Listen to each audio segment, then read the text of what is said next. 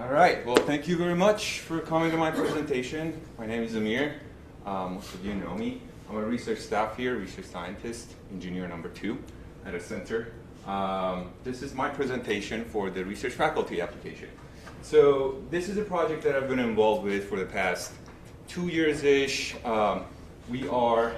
This is funded by NASA, and what we're doing here is that, as the title suggests, we have created this tool called Scene Constructor, and Scene Constructor helps us generate large area proxy data or scenes using DIRSIG.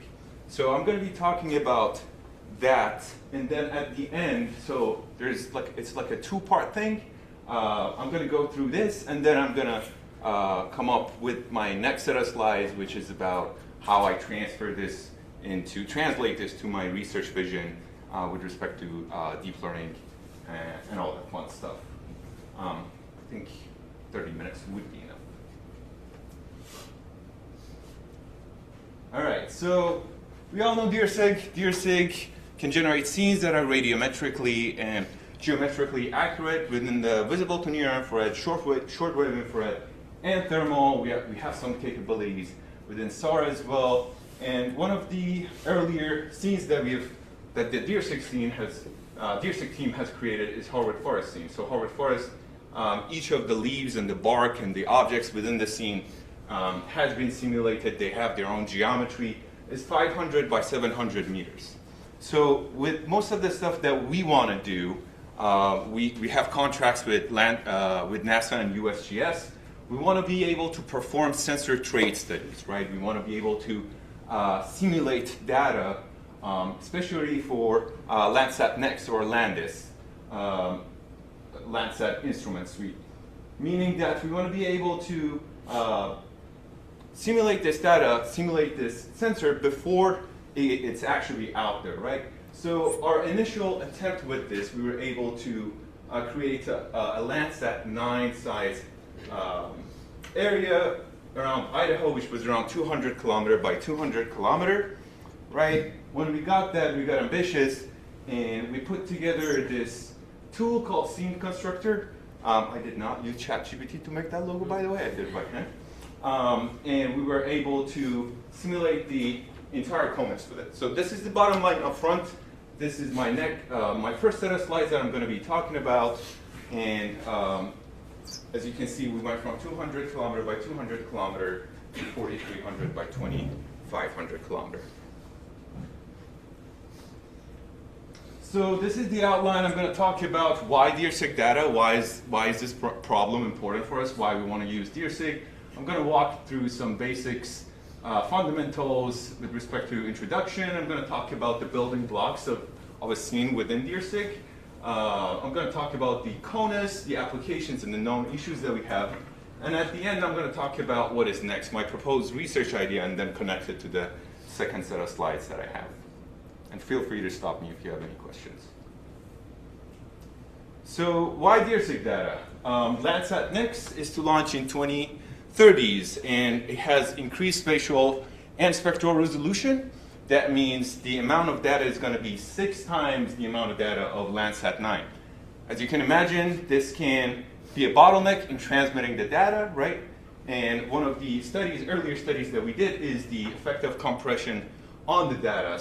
So basically, would this satisfy mission requirements? And in order to evaluate that, we would need to create a scene for Landsat Next, right? We would need a proxy data, simulate data, and we use DIRSIG for that.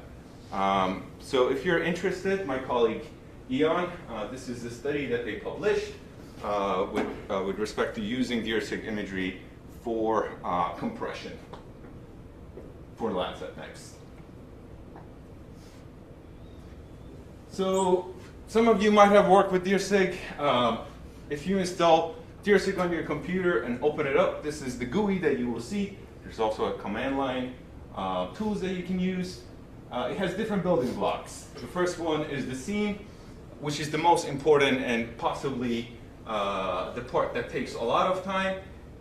It includes geometry, basically the objects that we are introducing in the scene, the spectral characteristics of material. So this is an emissivity database, or a reflectance database, if you will, and a texture map. And this texture map allows us to pick from the spectral emissivity database and make them spatial with respect to pixels within that geometry.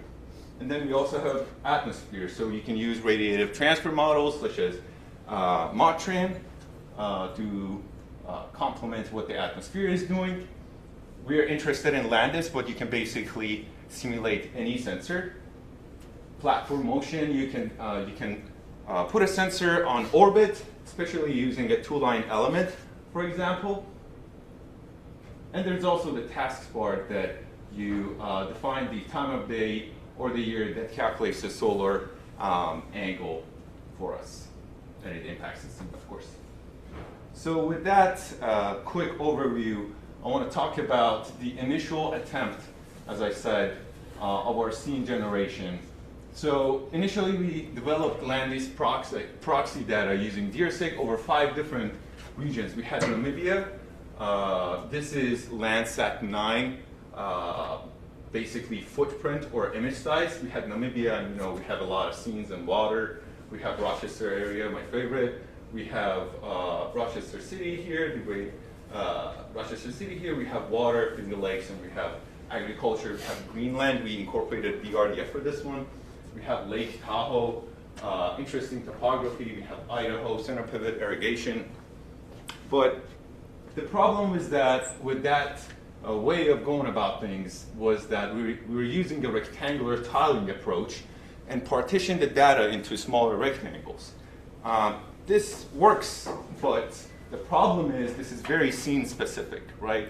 We wanted to be able to simulate the Earth, especially start with CONUS on larger areas. So that 10 kilometer by 10 kilometer was not very efficient.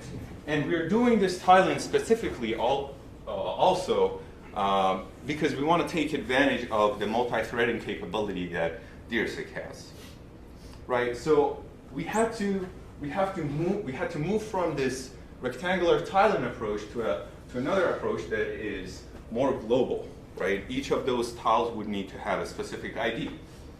So we want each tile to have a specific ID corresponding to a unique location.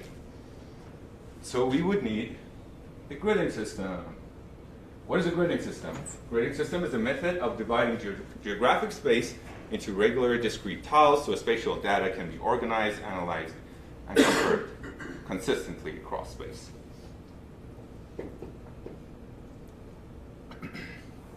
So I have a question here for you. Here's a sphere, or a ball, if you will. What comes to mind when you think about gridding or tiling a sphere or a ball? Is it this one, or is it this one? I was going to say triangles, actually. What was that? I was going to say triangles. Triangles? So most of us, when we think about gridding a sphere, this image should come to mind. This is not wrong, but this is the more efficient way. A soccer ball is a more efficient way of gridding a sphere.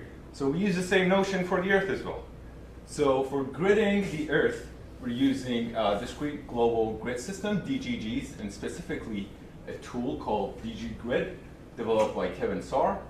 DGGs have aperture and resolution, right? And the higher the aperture, the more splits that you have. We're specifically working with hexagons here, by the way.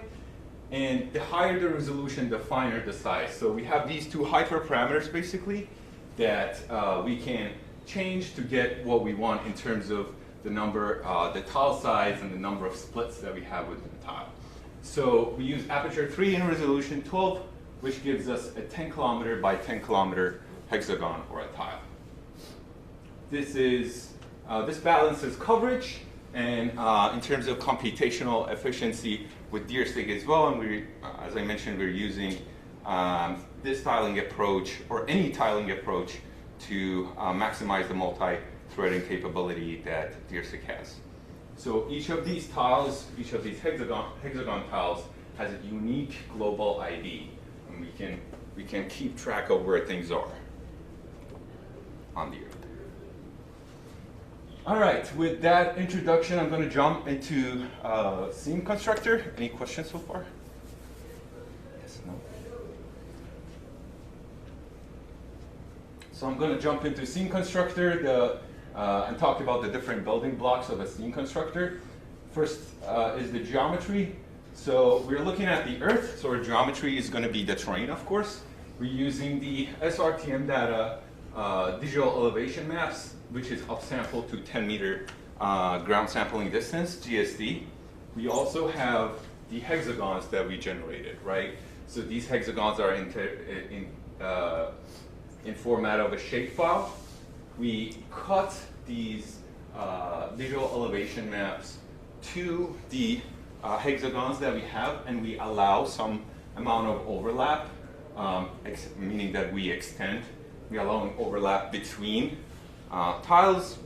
We facetize that tile. Basically, we facetize the raster and turn it into an object or a mesh. And then we fold the edges of these tiles under to make sure that we have a seamless transition from one tile to another. So here's what it looks like if we do not perform any curling of two neighboring tiles. As you can see, if I zoom in here, I get a seam between the tiles. This is not what we want to see. So if we do not perform this curling the edges under, what would happen is that DIRSIG would confuse which geometry to use, basically. So what is happening is that in order to make sure that we have a smooth transition going from one tile to another, we curl the edges under, so we have a smooth transition, and DIRSIG won't get stuck between choosing two different geometries. This was Adam's trick, by the way. Next, we have the texture map and the emissivity map, the two remaining building blocks.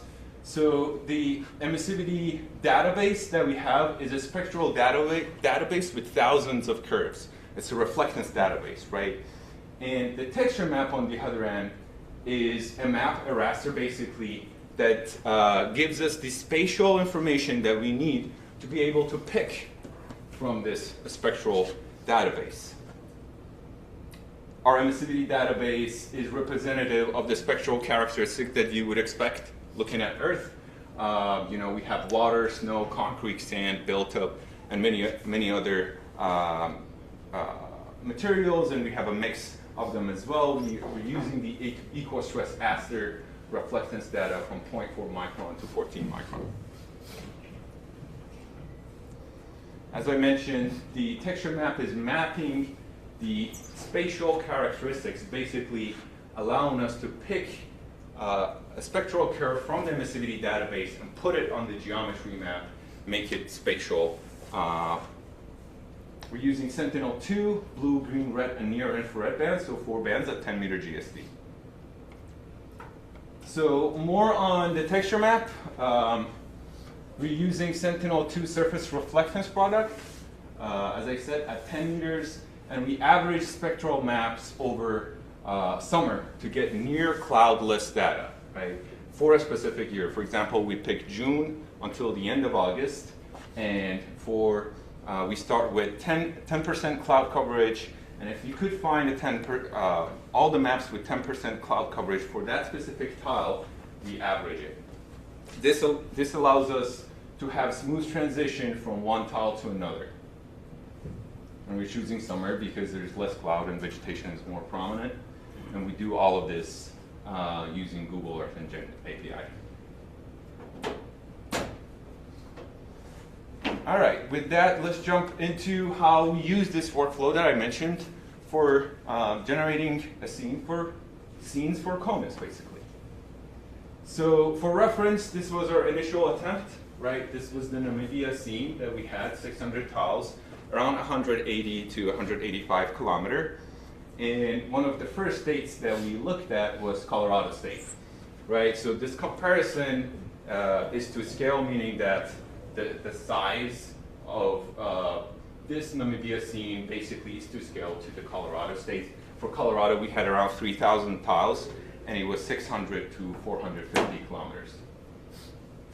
I know it just looks like a pretty image, but I want you guys to take a closer look at what this pretty image has embedded in it in terms of detail. So if I take a really small bounding box and open it up, you can see the amount of detail that we have within this specific state. So we're looking at the eastern corner here. We have center pivot irrigation. We're looking at Boulder. You know, it's urban city, and we have some water. We have some built-up material. In the western corner, we see some interesting topography as well as agriculture sites. And you know, there are different knobs that you can tweak within DIRSIG. One of the knobs that we can change is the time of day. So here I'm looking at basically a mountainous area, and I'm changing the time of day from 6 a.m. to 6 p.m. So you can see how as the sun declination angle changes, and how it impacts the shadows being casted, created by the terrain here.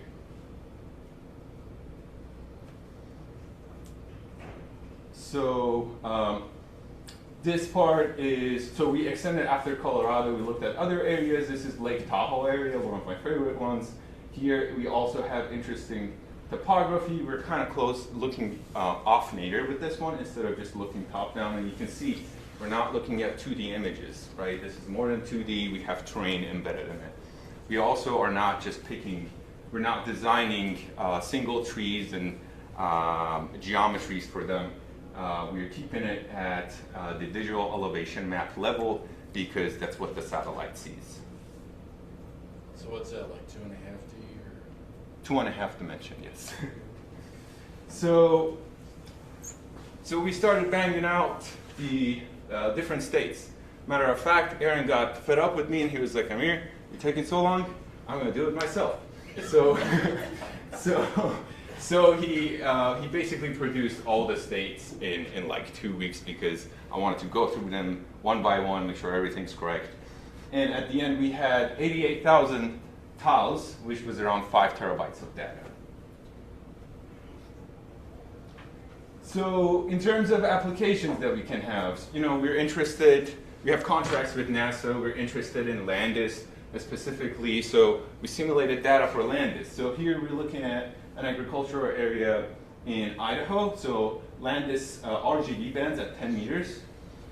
So, and also we can look at other bands, so instead of picking blue, green, and red, we're picking green, red, and near infrared. So the near infrared is being shown as red, and because healthy vegetation has higher near infrared, this is showing as bright red here, which is very interesting and pretty to look at. We also have a working version of the thermal version of the scene constructor. Most of what I explained was for the reflective regime, but we're working toward a fully functional thermal version of the scene constructor. So here I'm showing one of 5 bands of thermal infrared for Landis at 60 meters. All right, so okay. So here what we have done is that, as I mentioned, we could configure two-line elements. What is a two-line element? Two-line element basically defines the orbit that the satellite is using. So we define that within DIRSIG, and we are flying from the northern part of Idaho. We're actually crossing 6 different states. And we are going through northern Idaho. We go through Lake Tahoe here in a little bit, and then we go through Yosemite National Park and end up in the southern California at the city of Fresno.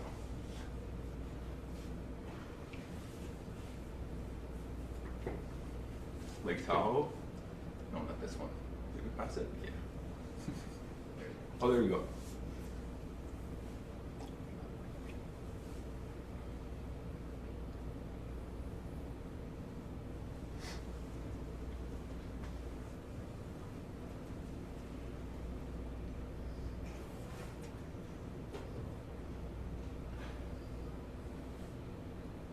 All right, so like any other tool, and any other research, there are known issues. So here is simulated imagery. Here is a simulated imagery, and this is what the simulated imagery looks like.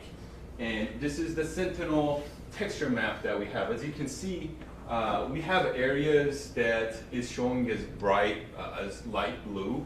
And this is because our emissivity database is not rich enough to be able to understand, to be able to pick spectra from this that represent these shadowed dark vegetation. So it's basically picking the closest one, and we end up with an artifact like that. So we have tried to solve this using optimization and using other hyperspectral sensors like Abris, and we could correct for it and embed that new spectra within the emissivity database. Also, presence of clouds limits us in terms of the available data that we have for texture map. So here we're looking at Florida.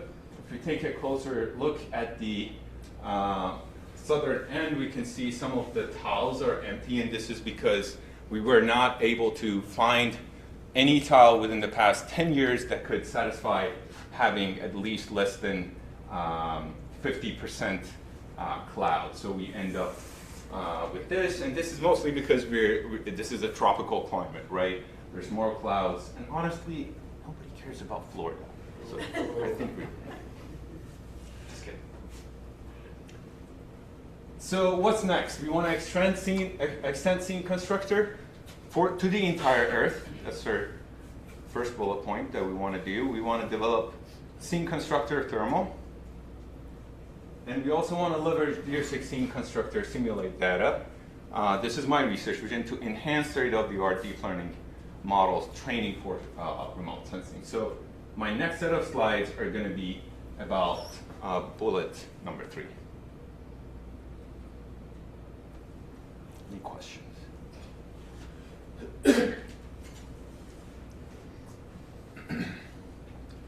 All right, so next set of slides, the title is Physics-Based Digital Twins Using DIRSIG to Enhance Deep Representation Learning in Remote Sensing.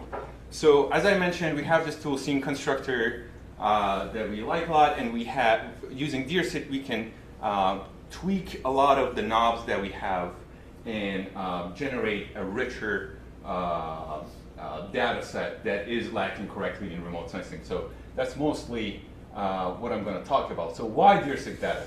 Real-world remote sensing archives provide large volumes. There is around 800 terabytes of remote sensing Earth observation data by 2024, and it's increasing 100 terabytes per year.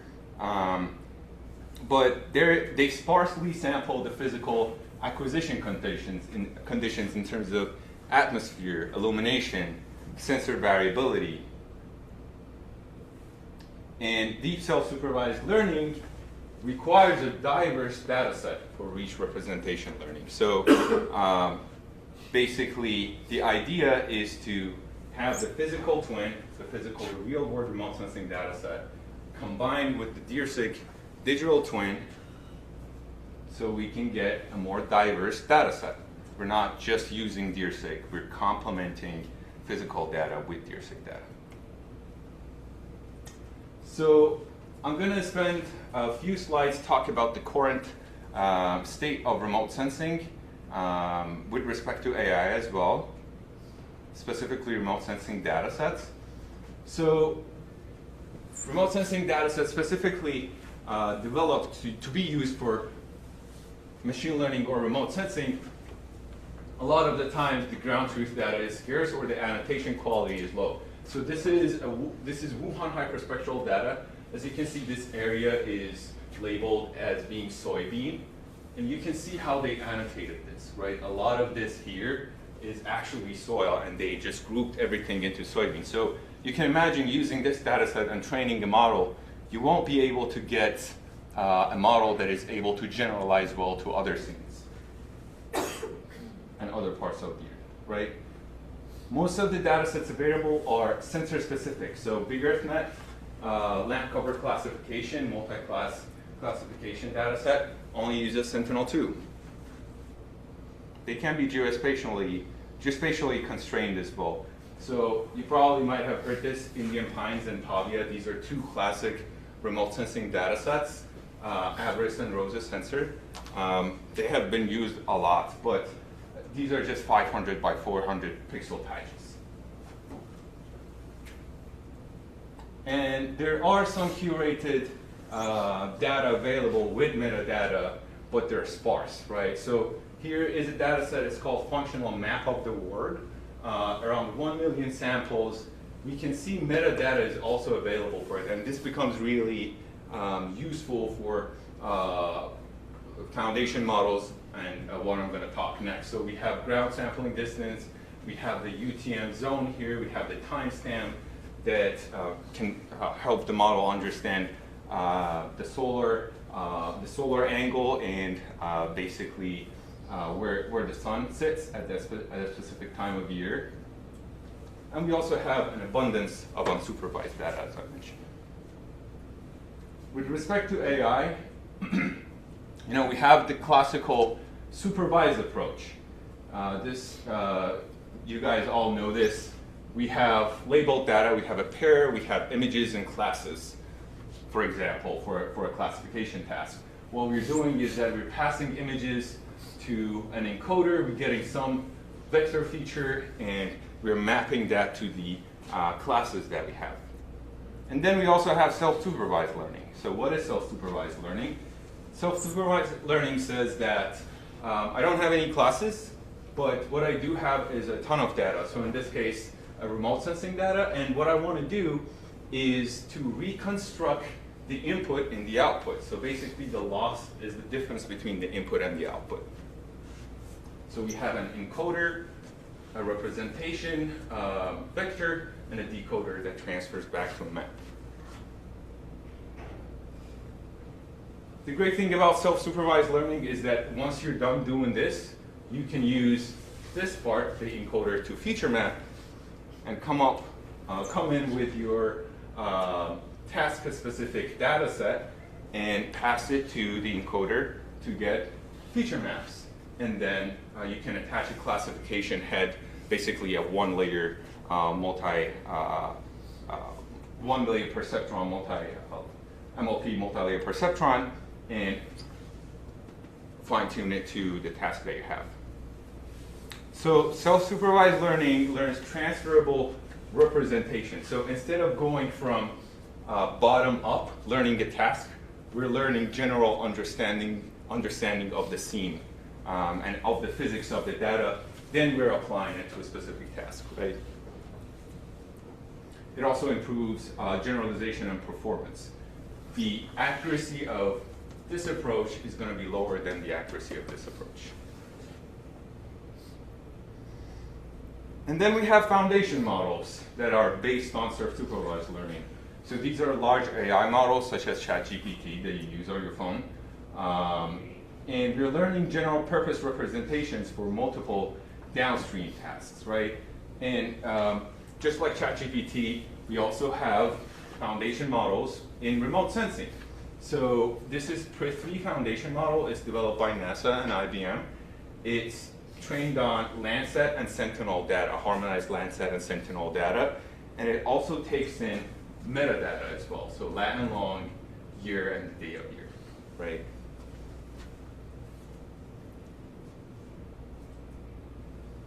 And we also have Panopticon foundation model. So this is multimodal. They took it a step further. They're not only training on Landsat and Sentinel, they have Landsat Sentinel multispectral sensors.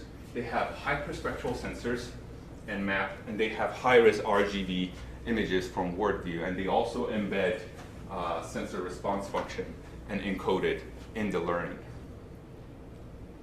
So I conducted a small experiment here to show you guys how the performance changes. So I grabbed the bigger net data set, which is for land cover classification, and it's for Sentinel-2. Using the first approach, which was supervised approach, I trained a ResNet 50, and for this specific task, which is land cover classification. The second one, I trained I used the pre-trained backbone of an architecture that was pre-trained using Sentinel-1 and 2 data. So they used a really large data set. They performed self-supervised learning, and then I attached a decoder at the end. I attached a multi-layer perceptron at the end and just learned the mapping to the classes that I have, and we can see the performance improves. And at the end, I'm using a foundation model. So I'm using a model that is the pre-trained backbone is based on multimodal sensors of all different sensors and metadata as well. And then on top of that, I learned to map it for my own data set. So what you can see here is that going from the self-supervised, trained from scratch, to a foundation model with a diverse data set, pre-trained on a diverse data set with metadata, the performance is increasing, especially for precision. Amir, quick question. Am I supposed to know which of this data is real and which is synthetic? Is it all one of those two classes? All of them are real. Real, okay, thanks. So the key takeaway is the more diverse data set we have, the better of an understanding the AI models have with respect to the physics of the problem. So I said all of that to come here. Real-world remote sensing data lacks systematic diversity in acquisition, geometry, and illumination. I just showed the more sensors and variability we introduce, the more diverse of a data set that we have, the better understanding of the physics of the problem these models can have. So acquisition, geometry, and illumination, we have fixed overpass times for Landsat and Sentinel. We're basically picking a slice through the hyperplane of the physics of the problem instead of showing the model all the different variabilities that it can get with respect to remote sensing. There is atmospheric variability, so there is a limited range of observed conditions per location, and this is true. This is true especially for commercial satellites. So imagine if a company comes that have their, for example, Avris. Avris has a lot of collects a lot of data, but not all of them is available. So if I wanted to train a model based on Avris, I do not have enough data, and that's where DIRSIG can come in and complement. We can configure that sensor and complement the real-world data with DIRSIG data. And also sensor characteristics. So each data archive, a lot of times, is tied to a specific sensors, right?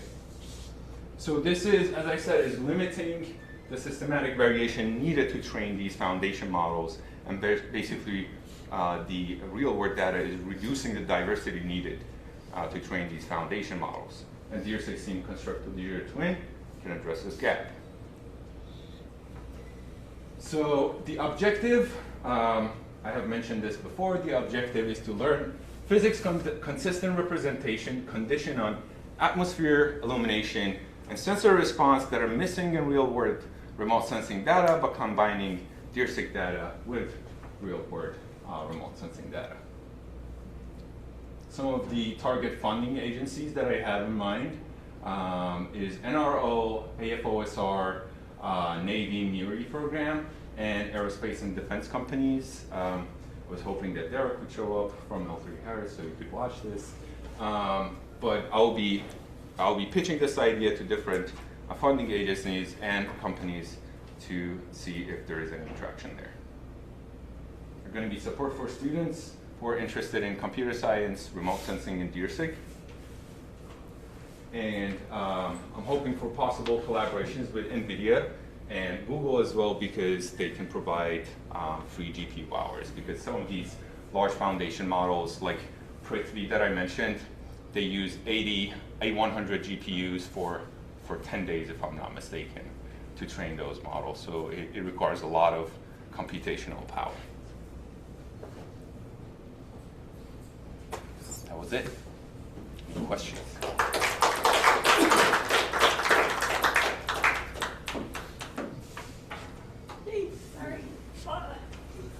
So you mentioned some known issues in the model right now. How is that going to cascade through your AI stuff? That's a good question. Are you concerned about? Yeah, I think there has to be some amount of manual inspection whether this data is good enough to be able to pass through the AI model. So you have like a vetted set of data, this is the good stuff that you're going to train. Yep. Tweak the atmospheric parameters. Yep. And that's it. Yep.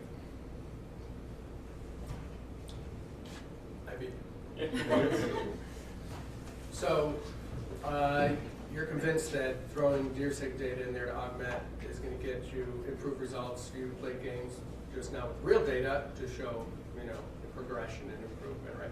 So one of the early things with DIRSIG data and Spectral a long time ago, before you were around, was trying to get the fidelity right. And when did we get that? For example, Scott and I were simulating hyperspectral data to have data sets to play games with target detection. But the detectors were plowing through the data and rock curves were shooting straight up. It was way too easy because the data didn't have all the right. It wasn't close to realism yet. And so we had to play a lot of games with trying to get all the spectrally correlated noise in there, all the realism to get it closer and closer so that we were convinced that the algorithms, the data was appropriate to use for that application. With that as sort of a backstory, what I was looking for, like a design of experiment that you were going to do that says, yes, this DIRSIG data that I feed in is close to realism, and see the improvement, and that framework, that story that tells me when I add in the DIRSIG data, it's just as good as me adding in the real data. Like, how are you going to convince yourself that it is working? What's the experiment in all that? That's a good question. So there's a lot of knobs to tweak within DIRSIG. We can change the spectral response function. We can add noise, and it's just a matter of, from my understanding, one variable at a time. Okay, we're for example, we're changing the variability of atmosphere, and we're going to embed this data, whether through curriculum learning, where we first learn from the actual data or learn from the DIRSIG data, and then see if that improves or not, right? So the understanding is if the specific, there's a benchmark called GeoBench. There is 6 different data sets with six different classifications that people in the geospatial industry go through to show that the models are improving. So if we could prove that the pre-trained models are actually improving across this 6 different data sets by trying one by one, change the variability of atmosphere, change the variability of illumination condition, and see if that improves or not. So that's my initial guess of that. But I guess a more thorough study would be needed to see whether, because it can't actually be similar to real world data. I mean, we can get as close as we can, right? It wouldn't be real world data. Yeah, the whole idea is that you're adding value. You're adding something that moves the ball forward in terms of closest you can get to real data, and it's a value add. Yep. Right, and not any way take it away. Okay. So, you stole my question, but I can add a little bit to it. You totally did. So, we did some work on eye tracking in my lab, which took a digital twin approach, and then that was my first introduction to the widely known problem of the sim-to-real transfer, right? Which is basically what we encountered. We had, we could generate 30,000 artificial images of an eye overnight with ground truth data attached because it was computer graphics, a digital twin. We knew where the pupil was. And what we did was we ramped up the proportion of real images, included a data set, and then tested, after training a model to find a pupil, tested it on real data. And we found that there's really no benefit to the synthetic images when it was tested on real data. because when we had 5,000 real images in there, that determined the accuracy of the model. The 30,000 synthetic images may as well have been left out of the training set. So other people found similar issues. So I'm just kind of going to echo Emmett's suggestion that this would be a really, this proposal would be strengthened by an experiment and an acknowledgement to the sim-to-real problem, which I wish I was more of an expert on. I'm not an expert of the literature, or else I'd give you some helpful advice. Yeah, that's and there has been some research that the DIRSIG group has been doing in the past, and we have some results as well comparing the actual DIRSIG imagery with comparing the DIRSIG imagery, simulated imagery, with actual remote sensing data set. And for a lot of what we see, they're not a match, but they're close. So whether that's going to help our models or not, that's a different question. But in terms of how close we are to real-world remote sensing data sets, I think with what we have developed is that based on our studies, we can get really close. So at least for compression. It's worth pointing out that we could train an adversarial network to produce what looks like garbage to the human eye. Mm-hmm. That will be reliably interpreted by a model as rainforest. Mm-hmm. And it's random noise to us when we look at the image. So I don't think humans are a good judgment of what, by looking at an image, we can judge what gets it under normal circumstances, what might improve the model. That's one of the challenges. So you guys are doing something a little different because it's radiometric. At least you can calculate a quantitative measure of how close you're getting to radiometric accuracy. Yeah. But it's kind of a weird space. I guess know what the model wants to know to do better. Yeah. I guess maybe to answer your question, what could be added on to this research is another validation step for specific application in remote sensing, and comparing how close of a match we are with actual remote sensing data set with respect to this application. So for example, if it's target detection, we have the real world data set, we generate the simulated imagery, and we perform target detection, and if they perform within similar range, it means that we're doing a good job. And DIRSIG is radiometrically and geometrically accurate, so it's different from a diffusion model that takes in noise and just produces garbage. It's actually physics driven. So that's the difference. Okay, thanks. Yeah, thank you.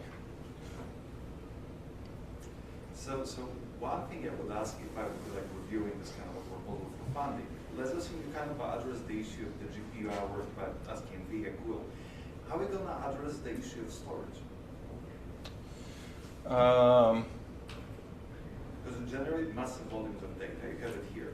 GPUs are out there. Yeah. And now we have issue. Yeah, that's a good question. So as I was reading through some of these, we don't necessarily need to generate data set for example, the entire Earth, right? We could sample the Earth based on different climates, based on different latitude and longitudes, and to make sure we have a representative sample of the population. So this 5 terabytes of data is the entire continental USA at 10 meters, which sounds overwhelming, but we don't necessarily need that to have a diverse data set. I am unsure how small or large of a data set we would need for it to be feasible to transfer it for cloud training. But that's a good question. Do you have any suggestions? Or we can talk later, just standard stuff, but you're not gonna mention this, you're gonna get killed instantly. This is an instant rejection for any proposal if you don't have a computing backbone to figure out how you're gonna use the cloud resources for something that's memory dense. But that's it's good that you're aware of that this could be a problem. Yeah, thank you.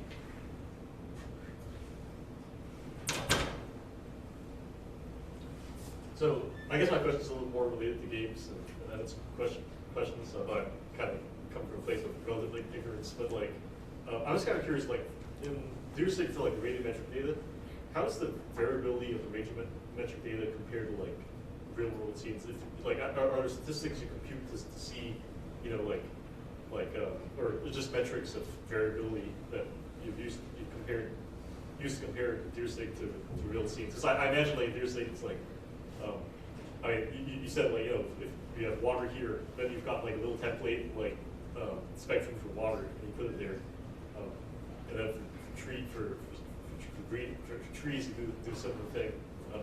But my understanding is that you'd be using the same like spectrum each time, right? So yeah, I guess that's where my question's coming from. Is there variability? Do you have a sense of how much variability in radiometric data is not captured by DIRSIG?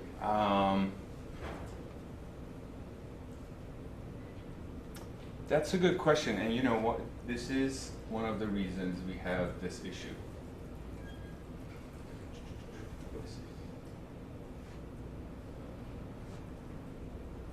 This is the reason we have this issue, right? So our emissivity spectral database is not rich enough to be able to capture what's in the actual real world remote sensing database, and this is where we come in. And we also have Adam from the DIRSIG team basically redoing this entire spectral database library and picking from it in a class-wise fashion, so we can have better matches, picking better matches between the real-world remote sensing data and the simulated data. And you know, like in the back, what's happening is that we're picking 4 bands here. We're calculating the z-scores based on some mean and standard deviation. That mean and standard deviation is what we get from the emissivity database, and we try to minimize the z-scores between a pixel's value z-score and what we find in the emissivity database spectra. So one approach, I believe one approach we could do in terms of see how close of a match we are with actual remote sensing data is, you know, the difference between these 2 z-scores. Right? We don't have that yet, but that's something that we could work on. Another thing to think about is if you've got an entire databases of labeled textures from a particular region, you could train a model, a generative model, to generate similar textures. And now you'll increase your variability in a way that hopefully will match the domain that you trained the model. So, Interesting. something along the lines of style transfer eventually might also. But yeah, you got this beautiful ecosystem. I think there's a lot of you know, we're already using a model, and it's already simulated data. I'm just a little bit worried about using another model on top of the model, on top of so many emissivity database model. So yeah, so as we introduced more models here, it's just gonna raise more questions, I would say. Okay, to wrap up for the next, there's kids waiting for class. I'll ask you later. I was going to ask you how you handle transition regions if you have one class and a second class, and you have a database of spectral variability for that class, and you have a data spectral variability for that class, but then the classes have transition regions. What do you do then? I didn't get any of that. Good One more answer. class. Thanks, Amir. Thank you.